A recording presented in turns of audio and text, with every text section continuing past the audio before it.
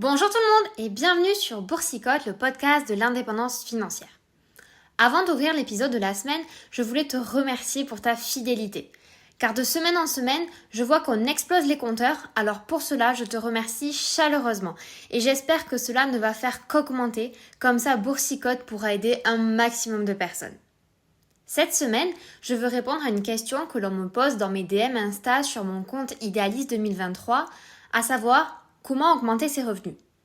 Tout d'abord, il te faut savoir que pour maximiser ce qu'il te reste dans ta poche, tu dois soit augmenter tes revenus, soit diminuer tes dépenses. Jusque-là, rien de compliqué. Alors aujourd'hui, je vais te donner mes trucs et astuces pour augmenter tes revenus. Premièrement, tu dois faire le point sur ta situation. Est-ce que tu travailles à temps plein pour un salaire X tous les mois ou est-ce que tu es indépendant et plus tu travailles, plus tu gagnes?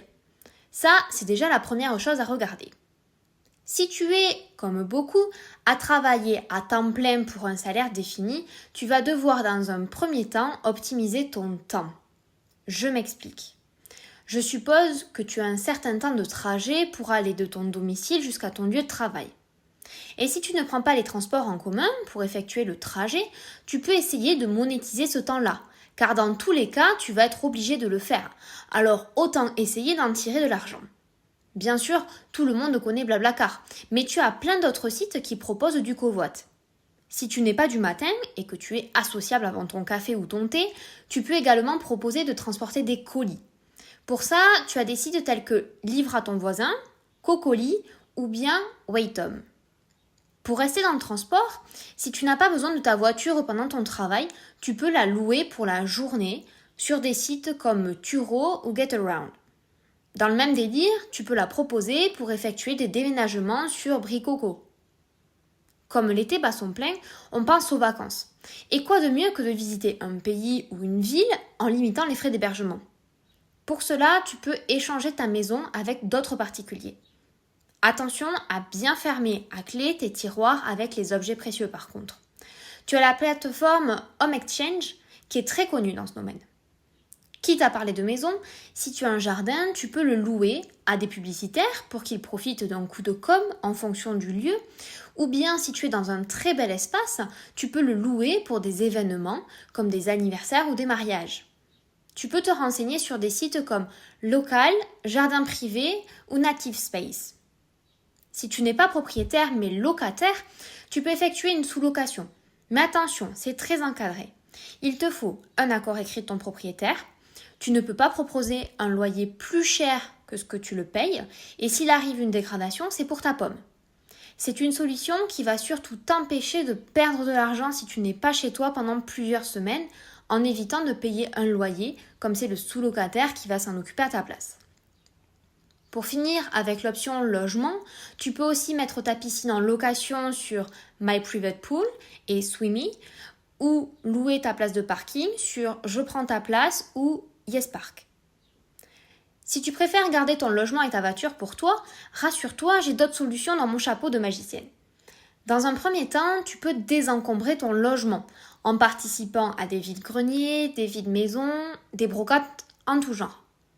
Tu peux aussi faire cela en ligne avec l'indétrônable Le Bon Coin et pour les habits, tu files sur Vinted ou Marketplace. Je ne sais pas si tu as vu la tendance passer sur les réseaux sociaux, mais certains achètent les colis perdus de la Poste ou Amazon et les revendent. Ça peut être une bonne idée si tu as un peu d'argent, car souvent les gens sont curieux et beaucoup vivent le déballage de ces colis perdus comme une aventure digne d'Indiana Jones. Si tu es créatif ou créative, tu peux aussi vendre tes propres créations. Si elles sont physiques, va faire un tour sur Etsy. Et si elles sont digitales, FreePic ou Alamy peuvent devenir tes meilleurs amis. Maintenant, si tu as encore de l'énergie à revendre en fin de journée et qu'échanger ton temps contre de l'argent t'intéresse, tu as plein de petits jobs intéressants. Pour les plus patients, le traditionnel babysitting. Pour les plus maniaques, le ménage chez des particuliers. Pour les plus lève-tôt, surtout en été, tu peux aller aider sur les marchés le samedi matin, les maraîchers par exemple. Personnellement, pendant mes études d'infirmière, je faisais énormément de babysitting via Babysit. Je préférais les enfants de moins de 3 ans car grosso modo, ça dort beaucoup. J'avais donc moins de travail avec des nouveau-nés qu'avec des 4-8 ans. Tandis que l'un dort beaucoup et demande quasiment qu'à être propre et manger, pour les plus grands, il faut vraiment trouver des activités à faire pour les occuper toute la journée. Et crois-moi, une journée d'été avec 3 petits pleins d'énergie à la maison, parfois, pour moi, ça s'approchait de l'enfer sur terre, quand je les entendais hurler pendant des jeux. C'est chacun son truc. À force, je me suis tournée pendant mes études sur le pet sitting, car là au moins c'était beaucoup moins éprouvant que des enfants, et comme je suis quelqu'un qui aime le calme, j'étais servie. J'avais des câlins toute la journée et je faisais mon sport lors des balades quotidiennes. Le site Holidog est sympa. Si tu es bon à l'école et que tu as la patience, tu peux aussi donner des cours particuliers. Soit tu passes par des sites spécialisés, soit par des particuliers directement. Pareil en ce qui concerne les petits boulots, comme le jardinage ou le bricolage. D'ailleurs, si tu es manuel et que tu possèdes de grosses machines, telles que des bétonnières ou des perceuses, tu peux louer ces outils à tous les bricoleurs du dimanche qui ne souhaitent pas investir dans un matériel qu'ils utiliseront que de manière ponctuelle. Si tu veux mettre plus d'argent dans un projet, tu peux t'intéresser à l'immobilier. Achat-revente, Airbnb à thème, tu as plein de possibilités. Si tu es allergique aux travaux, il existe les SCPI et le crowdfunding, mais ça, je t'en parlerai dans un prochain épisode. Pour ceux qui souhaitent rester chez eux avec leur ordi, il y a une multitude de sociétés qui proposent d'être VDI, c'est-à-dire vendeurs indépendants, ou bien de l'affiliation. C'est un système qui peut correspondre à certaines personnes, mais comme ce n'est pas mon cas, je ne t'en parlerai pas plus longtemps. Cependant, ce que je peux te parler, c'est des investissements et de la bourse. PEA ou CTO, les options sont ouvertes et sont diverses. Et si le sujet t'intéresse, tu es au bon endroit. Car ici, sur Boursicote, tous les lundis, je vulgarise le monde de la finance pour mettre l'éducation financière à la portée de tous et surtout gratuitement. Enfin, tu peux augmenter tes revenus en faisant des sondages, notamment via Swagbucks, en étant client mystère, en rédigeant des CV et des lettres de motivation sur ComeUp ou Upwork, en corrigeant des manuscrits sur MyStudies ou tout simplement en renégociant ton salaire.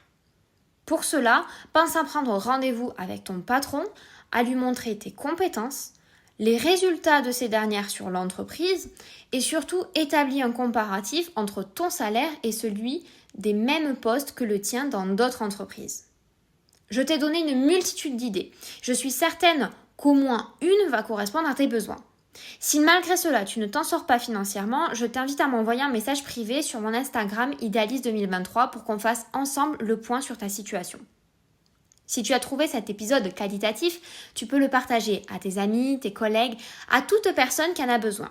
Je te laisse également mettre un like, un commentaire et ou 5 étoiles sur le podcast en fonction de la plateforme sur laquelle tu écoutes pour aider Boursicote à être mieux référencé.